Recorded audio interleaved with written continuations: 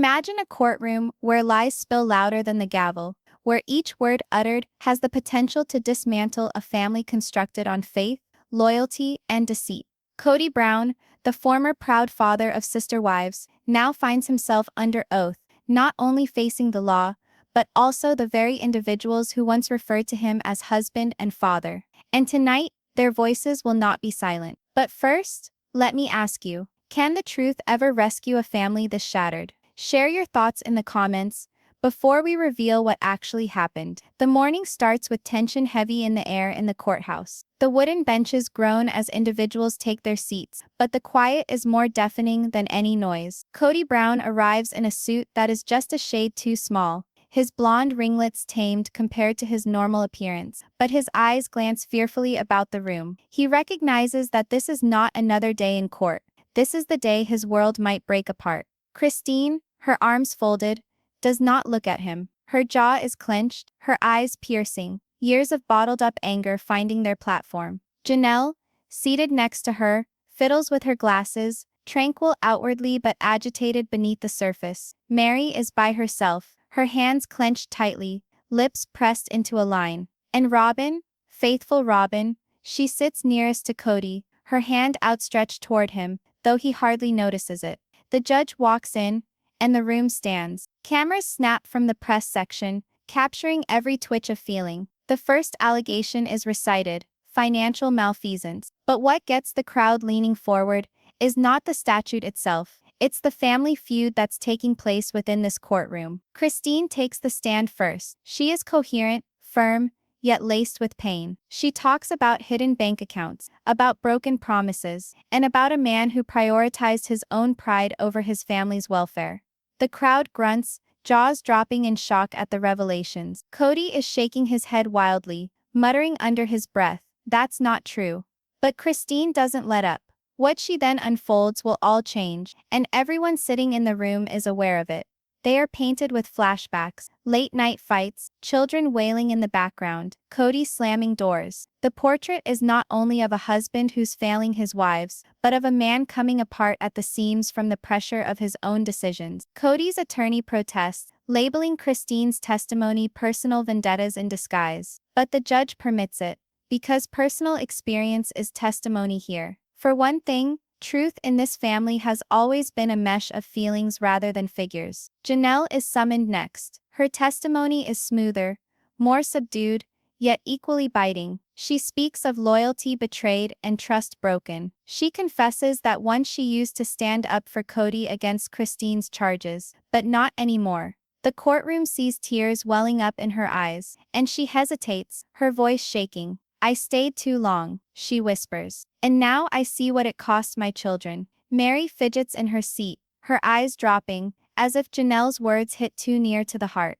Robyn grips Kody's arm with increased pressure, leaning in and whispering something only he can understand. His cheeks flush, his jaw hardening. It seems like the walls of the courtroom itself are crashing in. The session closes with Christine walking back to her seat, head held high, and Kody glaring at her in rage and desperation. The judge requests a short break, but no one gets up, because everyone knows the tempest is only starting. As Kody stands, his gaze locks with Christine's across the aisle. For one instant, it is quiet.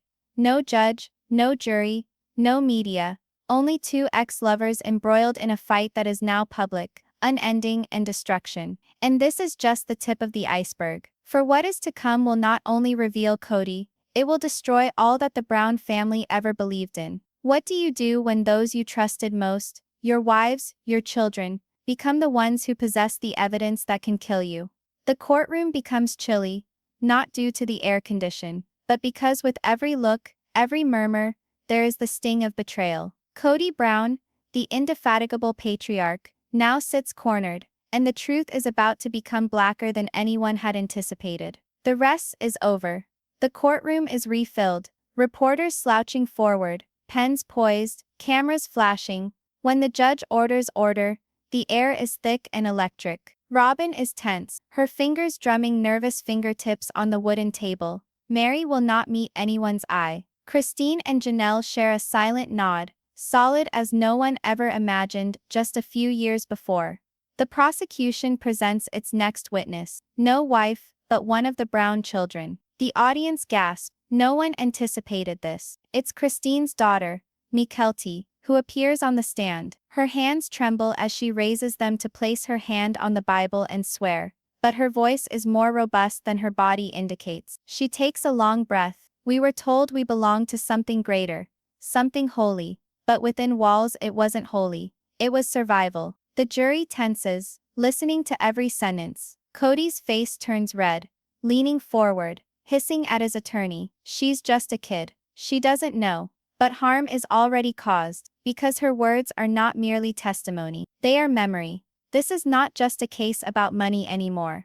It's a case about the legacy of suffering. As Mykelti describes countless nights of no sleep, fights through the walls, and siblings in the middle, you can sense the dynamic in the room changing. The jurors look at each other uncomfortably. Even the judge leans back, as if to take in the gravity of what he is being told. Then she utters something that hurts more than anything Christine or Janelle ever had to say. He wasn't just my dad. He was a man who broke us apart, one choice at a time. The ensuing silence is palpable. Kody's head falls for the first time. Robyn puts a hand on his back, but he pushes it off. His pride will not allow him to appear weak, not even now. And that is when the courtroom becomes battlefield instead of testimony. What if the voices Kody so desperately silenced were also the voices that would bury him for good?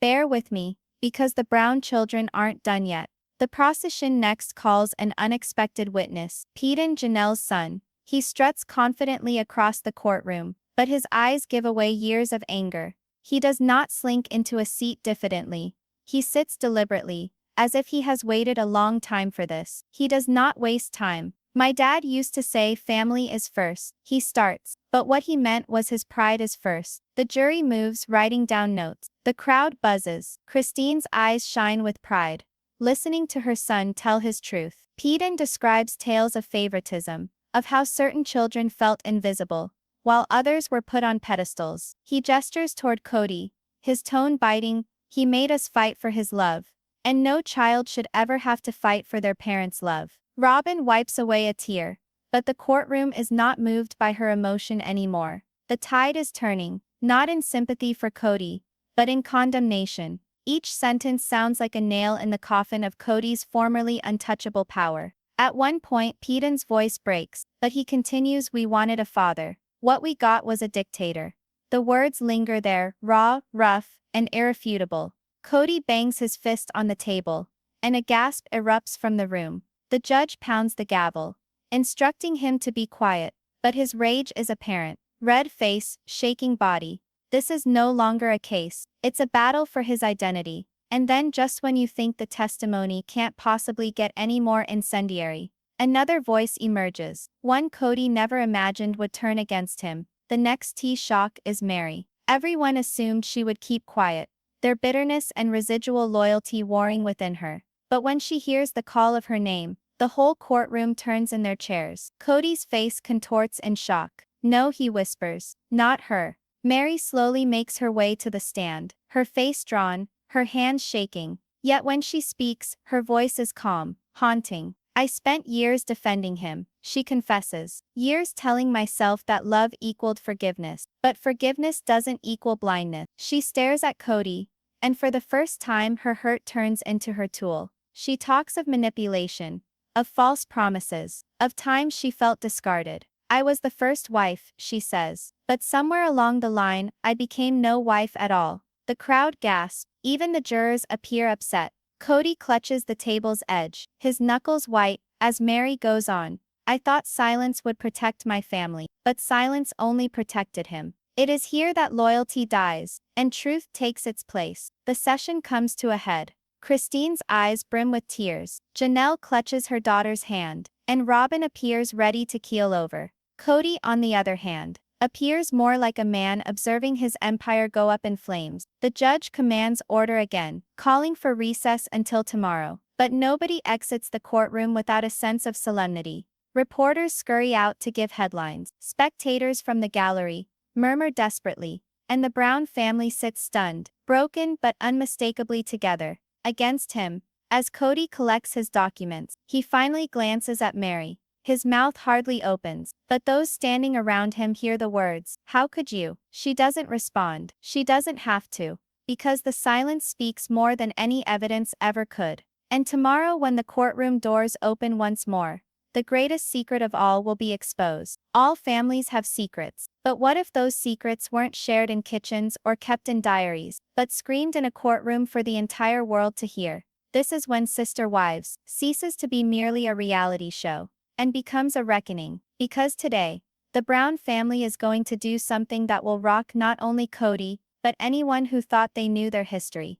The third night of the trial opens with a near-deafening silence. Reporters fill the room, spectators occupy the benches, and still no one is brave enough to whisper. The Brown family has transcended mere family status. They're a show, a tragedy in real life. Kody enters, shoulders rigid, eyes behind a glacial stare. Robyn trails close behind, her purse clutched to her, as if it's the sole lifeline she has left. Christine and Janelle enter together, their walk steady together. Meri enters alone, her face an unreadable mask, but her presence has a quiet power. The judge thumps the table for order. The prosecutor doesn't hesitate. Today, the attorney declares, "We pass beyond suspicion. We present the evidence." The first witness is brought forward, an ex-family accountant. Murmurs spread through the crowd. For years, whispers circulated about secret funds and suspicious expenditures. And now, the courtroom is going to hear it from someone who witnessed the figures up close. The accountant,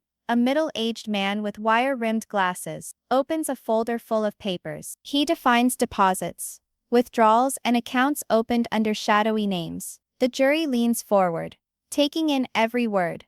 Kody shifts uncomfortably in his seat, his jaw clenching. He outbursts, "This is lies. All of it," but the judge bangs the gavel, warning him again. For the first time, the paper trail is exposed, and it points right to Kody. The accountant illustrates extravagant spending that is all connected to Kody and Robyn. Exclusive vacations, jewelry, property searches far from home. At the same time, other household accounts revealed deficits, bills outstanding, and children's bills left unfunded. Christine lowers her eyes, fighting back tears. "I knew it," she tells Janelle. "I knew we were living on sacrifice, and they were splurging." The crowd gasps, stunned. The image that takes shape is no longer mere emotional deception. It's financial deception, as well. Secrets not only destroy families, they expose those who were never really a part of them to begin with. But just when you imagine this is all about cash, the courtroom shifts. Because what's uncovered next has nothing to do with bank accounts, and everything to do with shattered hearts. The prosecution calls another witness, Aurora, Robyn's daughter. Everyone shifts in their seats. This is a surprise. Robyn holds her daughter's hand as she approaches the stand, eyes wide in fear. Aurora speaks in a shaking voice at first. She glances at her mother, then at Kody, and finally at the judge. "I didn't want to be here," she whispers, "but I have to tell the truth." The courtroom is silent. With unsteady breaths, she details the stress within Robyn's home, how Kody's fury frequently overflowed into shouting matches, slamming doors, and sleepless nights. "He always told us he loved us," she goes on. "But love does not look like fear. Love does not require you to walk on eggshells daily." Robyn weeps, hiding her face. Kody watches Aurora, his mouth agape in shock, shaking his head furiously. "No, not you," he mouths. But Aurora does not relent. She describes the way the children used to stay away from Kody, how they felt they needed to be perfect just to gain his notice. "I don't know if that's love," she cries, "but it didn't feel like a father's love." The jurors fidget uncomfortably, their faces whitening. The judge permits a moment of silence. Christine softly grasps Janelle's hand. Meri shuts her eyes, as if preparing herself for recollections she has attempted to suppress. This is no longer about fiscal impropriety. It's about the emotional damage that will not heal. Kody glances in the courtroom, his expression desperate. He insists, "She's confused. She doesn't mean it." But the quiet in the room speaks volume. No one believes him any longer. When the kids' voices get loud, even the thickest walls of denial start to crumble. And just when you think the Brown family has aired all their wounds and uncovered every secret, A surprise letter appears, one that might shatter Kody's final and best defense. The prosecution brings out an envelope. Inside, a handwritten message, and it's dated years ago, signed by one of the wives. It is Christine's handwriting. The judge asks whether she'll verify it. She nods. The note is read out. If you keep going down this road, you will lose us all. You will lose me. You will lose the children. And when that day arrives, you will be alone. Gasps fill the courtroom. Christine looks down, speechless. Kody pounds his fist on the table.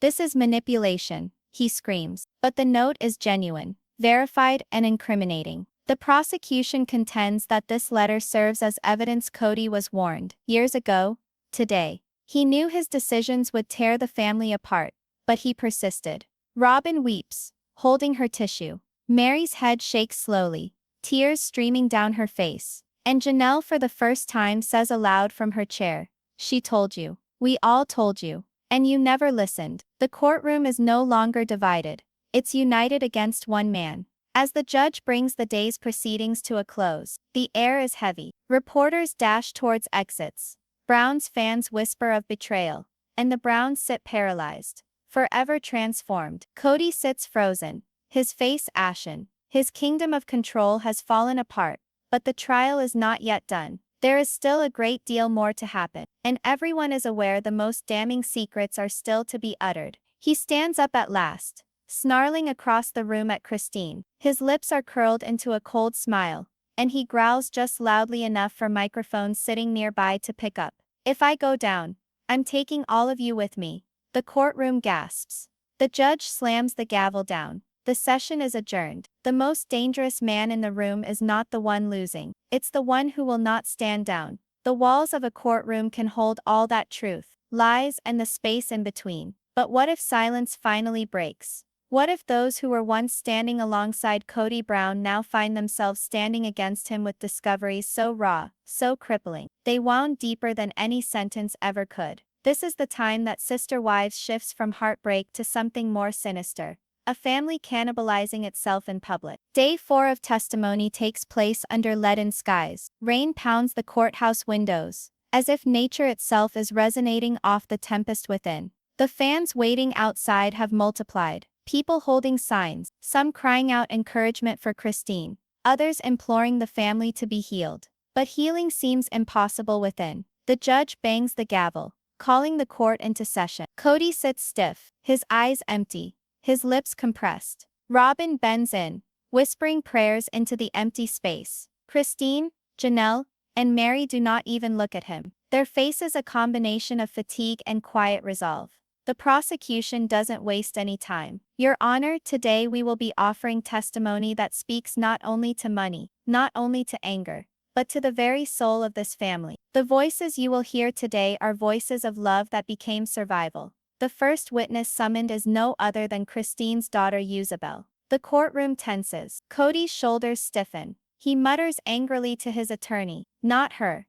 Anyone but her." Isabel steps forward, her voice firm but her eyes tarry. She speaks of her spinal surgery days, the time when the world realized how much it missed Kody as Christine stood single at her daughter's hospital bedside.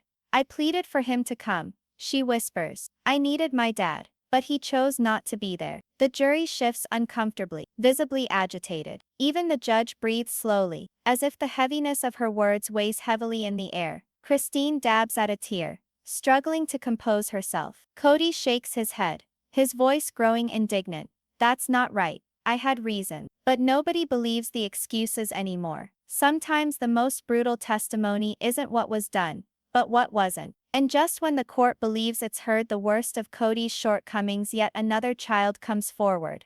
And this time, the words don't sting. They charge. It's Gabriel, Janelle's son. His voice is deeper, more bitter. He doesn't pause. "I quit calling him dad years ago," Gabriel states. "Because a father doesn't punish his children for being close to their mothers." The room falls silent. He recounts the years of the pandemic, the lockdowns, the special treatment received by Robyn's family while others were left to fend for themselves. "We weren't family to him. We were obstacles," Gabriel states, his fists tightening on the witness stand. Kody mutters invective under his breath, his attorney working to soothe him. But the harm is done. The jury is witnessing not a harmonious family, but a man breaking down, under the stress of his children's suffering. Robyn weeps softly, but even her tears appear futile now. Christine buries her face in her hands. Janelle closes her eyes. Meri looks straight ahead, her face inscrutable. The children's betrayal wounds more than wives. The prosecution falls silent, allowing the silence to thicken.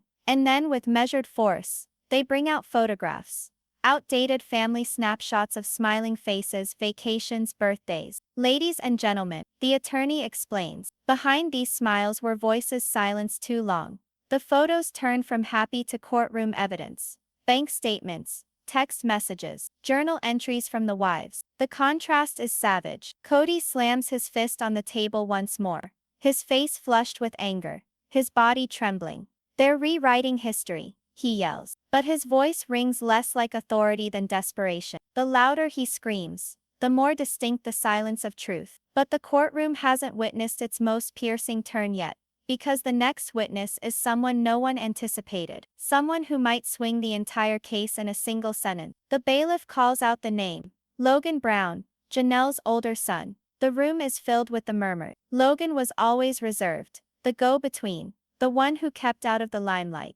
If he's here today, something extraordinary must be happening. Logan strides with quiet confidence. A man matured far beyond the turbulence of his youth. He doesn't look at Kody. He doesn't acknowledge the media. He looks only at the jury. I was taught to respect my father, he starts, but respect has to be earned, not commanded. His tone is flat, unshakable. I am here not because I crave revenge, but because the truth needs to be told. He tells of years of imbalance, of siblings bearing loads too heavy for their years, of wives who are caught between loyalty and survival. I love my family, he says. But love doesn't take away truth. And the truth is Kody failed us. Kody thumps his hands down once more. You're my son, he bellows. How could you? Logan doesn't blink. He answers bluntly, because I don't want my future to resemble my past. The courtroom descends into stunned silence. Even the jury appears shaken. The judge summons order, but the emotional punch has already been delivered. Sometimes the softest voices speak the loudest justice. The session comes to a close, but the air is charged with electricity. The Brown children have come together to defend themselves against their father in a way no one ever thought possible. Kody, now visibly shaking, repeats over and over, "They're all against me. They've turned them all against me." His attorney sits in silence, recognizing that words cannot take back what has been spoken. Christine, Janelle, and Meri share a glance, not of triumph, but of sorrow. For although justice is slowly advancing, the price is too high to bear, a family shattered out in public for all to see. As the judge recesses, Kody gets up slowly, his face white, his movements stiff, but in parting he turns to the media, his eyes flashing. "They think they've won," he growls. "But they don't know what I still have." The reporters explode into question. The wives stand stock still, their faces concerned. What did he mean? What does he still possess? The doors shut after him, but the echo of his threat remains. The most dangerous secret is the one still unspoken. All storms have an eye, a lull before the devastation comes down harder than ever before. And in this courtroom the eye has passed. Kody Brown has been knocked about by testimony, deceived by his wives, and shattered by his children. But now he stands again with a smirk, with a secret in his pocket that may upend everything. What is so strong that it mutes even the most vociferous allegation? Tonight we learn. The gavel comes down, court reconvenes, and everyone stiffens. The wives sit rigidly, their faces ashen but firm. Christine tightens her grip on Janelle's hand. Meri sits forward, inured. Robyn holds onto her tissue, her lips quivering. Kody arrives with a strange quiet, a folder held under his arm. His lawyer speaks in whispers, urgently, but Kody tells him to be silent. He appears different today, not defeated, but menacing, like a man with no more losses to suffer. The judge calls the proceeding to order. The prosecution readies its next witness, but Kody's attorney stops him. "Your Honor, my client has evidence that needs to be presented before further testimony." The courtroom comes to life. Reporters crouch forward, pens scratching against pads, cameras flashing. The judge pauses, then nods. "Proceed." Kody rises, his gaze sweeping the room. He removes papers from the folder, holding them like knives. They've made me out to be a monster, he says, his voice booming and firm. But monsters don't keep records. Monsters don't keep proof. The room falls silent. He slams the papers onto the evidence table. They are letters. Dozens of them. Handwritten by his wives, over the years. Love notes, apologies, confessions. They call me a tyrant, Kody says. But these letters tell another story. A story where they needed me. Where they begged for forgiveness. Where they admitted their own betrayals. Christine's face drains of color. Janelle stiffened. Meri looks away, ashamed. Robyn clasps her hands together, whispering, "Oh my God." The courtroom doesn't know which way the wind is blowing anymore. What happens when the man on trial turns the evidence back on the very people accusing him? Stay with me, because this twist is only the beginning. The prosecution rushes to examine the documents. Some are real. Christine's old letters. Meri's journal entries. Janelle's private notes. Words written in moments of weakness. Never meant for public eyes. Christine gasps, tears forming. Those were private, she cries out. You can't use them like this. Kody smiles cruelly. Truth doesn't stay private, Christine. Not anymore. The jury leans forward, bewildered, their eyes rapidly switching between the wives and Kody. The wives' solidarity cracks all at once. Christine hides her face in her hands. Janelle whispers indignantly to her lawyer, and Meri struggles to keep from crying. The judge calls for silence, but the turmoil is already on the loose. Kody insists, "You all wanted to kill me, but make them understand. Make them see how many times you returned, how many times you pleaded with me not to lose you." Robyn nods next to him, tears flowing down her face. "He's right," she breathes. "I saw those times. The past, when revealed, can be more biting than any knife." The prosecution regains their composure, observing that these letters do not eliminate the testimony, the record of financial wrongdoing, or the children's accounts. This is manipulation, they contend. An abuser showing bits of affection to cover years of harm. But the seed of doubt is sown in the jury, and Kody is aware. Then the unthinkable occurs. He reaches into his pocket and pulls out one final envelope. His hand shakes, but his eyes shine with pride. This, he tells them, is the truth none of them want you to see. The courtroom leans forward. He opens a photograph, a picture of Christine and Janelle sitting at a private meeting with an attorney years before. On the back, hastily scrawled words: plan for separation, custody arrangements, possible financial claims. Kody holds it aloft. They conspired against me long before today.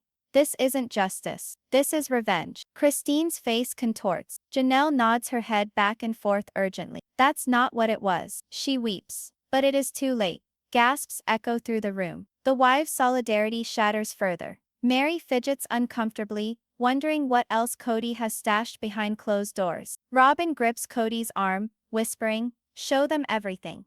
And just when the courtroom believes the wives are cornered, one of them arises with a bombshell that leaves even Kody speechless. Meri stands up, slowly, unsteadily. The judge inquires if she would like to speak. She nods. "I can't sit here anymore," she says softly. Her voice shakes, but there's fire behind it. She moves towards the witness stand, refusing to glance at Kody. "Yes, I wrote letters. Yes, I pleaded with him to see me again. But do you know why? Because he left me first. He treated me as if I didn't exist. And people who don't exist will do anything to exist." Her voice cracks, but she goes on. "Those letters weren't love confessions, they were pleas for help." The courtroom is hushed. Even the jury leans in a little more closely, their pens stopped. Kody shakes his head hard. "Lies," he cries. "She's lying about it." Meri finally glances at him. Her eyes are full of years of silence bursting all at once. "No, Kody. You twisted us. You twisted all of us." Sometimes the evidence isn't in the paper. It's in the pain behind the words. The judge demands order, the tension intolerable.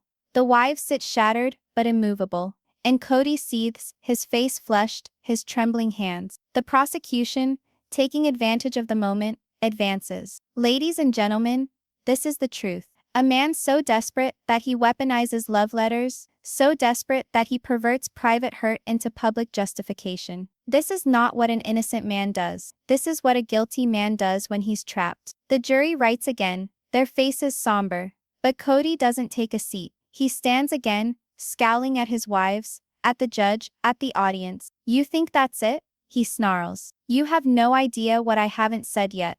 The courtroom gasps, the wives look horrified at each other. Christine leans over to Janelle and whispers, he's bluffing. But Janelle shakes her head, her face white. No, she says, he still has something. The gavel comes down, ending the day's session, but no one arises without a struggle.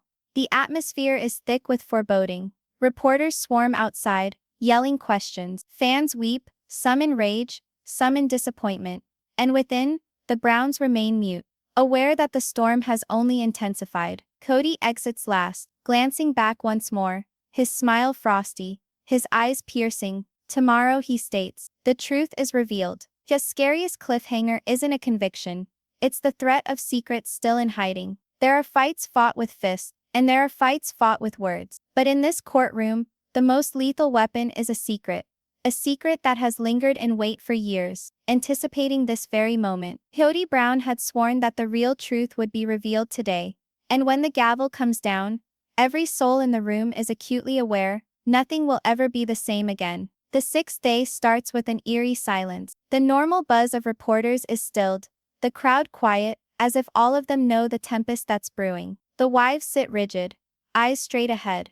Christine grips her notebook. Janelle tightens her hands, Meri pale but resolute. Robyn, the nearest to Kody, murmurs prayers under her breath. Kody enters slowly, nearly theatrically. He's less man on trial, more man about to perform. His attorney looks nervous, but Kody pays him no mind. This time he doesn't bring a folder, only a plain envelope. The court is called to order by the judge. The prosecutor opens his mouth, but Kody cuts him off. His voice booms out, commanding, Your Honor. Before we proceed, the world needs to hear what my wives have been keeping secret. They are calling me a liar, a cheat, a failure. But today their masks are shed. The courtroom tenses. He opens the envelope and extracts photographs, grainy but legible. They depict meetings, paperwork, late-night sessions of the wives in his absence. His purr to this as a trial against me. Kody states, his voice trembling with fury. But it has been a conspiracy all along. They planned to ruin me way before this courtroom. Christine gasps, that isn't true, she exclaims. Janelle shakes her head furiously. Meri closes her eyes, tears welling up. The prosecution objects, but the judge permits the display. The photos are shown to the jury. Christine and Janelle in an attorney's office, Meri surrounded by financial binders, all looking like a clandestine coalition. The story starts to change. The wives' solidarity is now framed as strategy rather than fact. But here is the question. Are these photos evidence of betrayal, or the first fissure in Kody's desperate delusion? Keep reading, because what follows will take your breath away. The prosecution responds swiftly. They present the very attorney seen in the photos. He describes, yes, the wives came to me years ago. Not to plot, but to ask for protection. They were afraid of what would happen if they left. The courtroom gasps in surprise. Christine hides her face in her hands. Janelle breathes hard. Meri clutches the edge of the bench, shaking. The faces of the jury turn cold. What appeared to be betrayal now appears to be survival. Kody strikes his fist on the table. Lies, all of it. His voice breaks, no longer firm but desperate. Robyn takes his arm, pleading with him to cease, but he brushes her off. The prosecution leans forward, calm but keen. Mr. Brown, each piece of evidence you present only serves to cement the truth. Your wives weren't conspiring against you.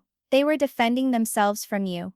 The jury nods, whispering. The truth has a tendency to turn every weapon around upon the one who uses it. The judge calls for a brief recess. Journalists scamper outside, crying out headlines. Brown family betrayal or Brown family survival. But inside, the air only grows more tense. When court reconvenes, the prosecution produces an unexpected witness, an old TLC producer from the earlier seasons of Sister Wives. Gasps erupt in the audience. Even the wives appear stunned. The producer stands, being sworn in. His testimony is chilling. Behind the cameras, the story wasn't as happy as it looked. We were told never to film the fights after midnight, never to show the bruises left on hearts and minds. We saw the fractures. We saw the tears. But the narrative had to be clean. The jury leans in. Reporters frantically write. Kody's face goes white. He mutters, he can't do this. He signed contracts, but the producer goes on, describing how wives wept off camera.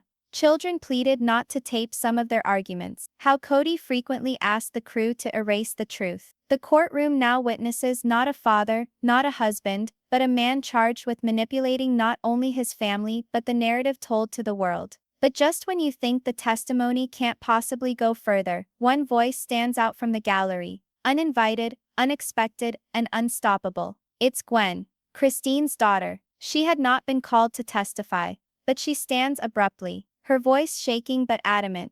I can't listen anymore without saying something. The judge pauses, then nods, letting her speak for a moment.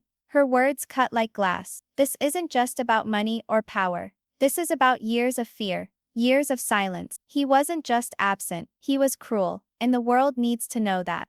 The jury's expressions darken. Reporters lean in closer. Christine cries silently. Janelle nods, and Meri's shoulders shake. Kody jumps up, his fingers shaking at Gwen. You're my daughter. Sit down. His shout rings with anger. But Gwen fixes him with a stare, her voice unshakable. No, Kody, I am your daughter. But today I'm your witness. The courtroom erupts. The judge slams the gavel again and again. The most eloquent testimony is sometimes not on the calendar. It's the truth that breaks loose when silence can no longer contain it. The judge finally brings order to the day. The day is winding down, but the effect is undeniable. Kody's final secret has been revealed and torn apart before his own eyes. What he believed was evidence of conspiracy has now become evidence of survival. What he believed was leverage has now become anchors dragging him down. The wives sit together once more, their bond being reinforced by the witness of their children and even strangers. Christine wipes away her tears. Janelle squeezes her shoulder, and Meri finally breathes again, releasing years of agony. But Kody, he slouches, shaking with anger. His attorney attempts to soothe him, but he shoves him away. He appears tiny for the first time, a man trapped not by facts alone, but by the voices of all those he attempted to dominate. And then, as the gavel comes crashing down to adjourn the session, Kody rises. His voice breaks but rings out over the room. You think you know everything? You think this is over for me? You're wrong. You'll all be sorry. Every last one of you. The wives lock up. The kids tense. The courtroom gasps. The judge directs him to be removed, but his words resonate like thunder as he's escorted from the room. The most frightening sound is not the gavel coming down, but the threat of revenge yet to come. When rage is louder than truth, peril takes up residence. Kody Brown's rage is no longer hidden in whispers or documents. It's in the open, unleashed, and set to burn anyone in its path. This court has witnessed tears, betrayal, and secrets. Now, however, it will witness something much more horrifying. A man cornered and a family holding its breath. The next day, the courthouse has a different feel. The crowd outside has doubled, cameras clicking, voices chanting. Some demand justice, others stand up for Kody as misunderstood. Within, though, the atmosphere is tense, the kind that makes each breath heavier than the one before. The wives enter quietly, holding themselves with dignity despite exhaustion. Christine looks determined, Janelle focused, Meri fragile but firm. Robyn clings to Kody's arm, whispering words he ignores. When the gavel strikes, the judge warns Kody sharply, this is your final chance to maintain order. Any more outbursts will result in contempt. Kody nods stiffly, but the fire in his eyes says otherwise. The prosecution begins, but Kody interrupts yet again. His voice is calm now, too calm. You've heard their lies. You've heard their rehearsed tears. But today you'll hear something else. You'll hear the truth they've all buried. The courtroom freezes. He gestures to his lawyer, who reluctantly hands over a USB drive. The prosecution objects immediately, but the judge allows it. The evidence must be reviewed. The screen lights up. Videos, clips shot from within the Brown houses, some by TLC cameras, some shaky, obviously shot in secret. Kody smirks. They thought I wasn't paying attention, but I was. The first video shows Christine and Janelle in a kitchen years ago, whispering of leaving. Their voices soft, their faces tired. We can't live like this forever. Christine says, the children deserve better. Janelle says, the jury shifts. Christine gasps and covers her mouth. Janelle's face sets in stone. The courtroom is no longer seeing mere testimony, but specters of the past. But here is the catch. The truth that you conceal can be turned against you, unless the truth itself tells another tale. The videos keep coming. Meri sobbing in a car alone. Janelle writing in a diary. Christine talking to a friend about how much she doubts. It seems damning at first. Evidence of infidelity. Evidence of conspiracy. But then something changes. The videos depict not scheming but suffering. Not plotting, but survival. Christine's quivering voice. I don't want to hate him. I just want peace. Janelle's exhalation. We're not enemy. We're trapped. The courtroom leans in. These aren't betrayals that are being confessed. They're declarations of liberty. Christine breaks, finally speaking. You spied on us. In our most intimate moment. How could you? Kody pounds the table. Because you betrayed me first. The judge bangs the gavel angrily. Order, but the damage is done. The jury watches not only the videos, but the man showing them. A man who filmed his family in secret, exposing his own paranoia. When you dig a hole for others, sometimes you bury yourself deeper. The prosecution pounces. Ladies and gentlemen, these videos prove not betrayal, but fear. They prove the wives lived under constant surveillance. That is not leadership. That is control. The jury looks on disbelievingly. Reporters write headlines. Kody caught spying on wives. Kody seethes, his voice trembling. You don't get it. They wanted to kill me. I had to defend myself. But what he says is lost on the jury, drowned out by the not talking of disbelief. Then the biggest surprise of all, Robyn takes the stand. The wives tense, wondering if she will stand up for Kody, or finally leave him behind. Robyn's eyes are filled with tears as she gazes at Kody. I trusted you, she whispers. I defended you. I told myself you were guarding us. Kody's smile is weak, and he nods. But then Robyn speaks to the jury. But now I understand. You weren't guarding us. You were guarding yourself. And you let me become your shield. Gasps fill the courtroom. Kody's smile disappears. Robyn, no, he whispers. But Robyn goes on, her voice more forceful now. You made me fight your wars. You made me bear your deception. But I won't anymore. And in that instant, the courtroom comes to understand. The final individual Kody thought he could manipulate has just escaped his fingers. Christine covers her mouth in shock. Janelle breathes out in relief. Meri closes her eyes, muttering finally. Kody glares at Robyn, betrayal written across his face. You were mine. You were supposed to stay with me. Robyn shakes her head. I stayed with you, Kody, and all I got was shame. The jury sits up, clearly shaken. Even the judge seems disturbed. Kody bangs both fists on the table. All this is a lie. You've poisoned them. Christine, you've made them all hate me. His voice breaks into a scream. I gave you everything. And this is how you thank me. The courtroom erupts. Reporters rush around. The gallery gasps. The wives embrace each other. The judge orders. Order, threatening to have the room cleared. Sometimes the loudest man in the room isn't the one yelling, but the one finally releasing fear. The judge announces the session close to ending. But nobody is relaxed. The wives sit in solidarity, now their children standing behind them, their testimony justified by Kody's own breakdown. Robyn exits, crying tracks streaming her face, but her shoulders less burdened than they were. Kody, however, sits alone, sweating, shaking, whispering to himself. He looks less like a patriarch, and more like a man broken by his own reflection. And just as the gavel strikes to adjourn, he stands one last time. His voice is lower, quieter but chilling. You think you've won, but tomorrow I'll end this once and for all. The wives freeze. Christine leans forward and whispers, what does he mean? Janelle shakes her head, ghostly pale. Meri holds her chest. Robyn puts her hand over her mouth in horror. The judge bangs the gavel again. Court adjourned. But the words that remain are not the judge's. They are Kody's. The most chilling threat is not the one bellowed in fury, but the one spoken softly in determination. All stories have to finish, but all conclusions do not equate to justice. After weeks of testimony, betrayal and secrets ripped into daylight, the Brown family's fate now rests in the hands of strangers. The jury, the courtroom is tense, the world is watching, and Kody Brown's final words still echo like thunder.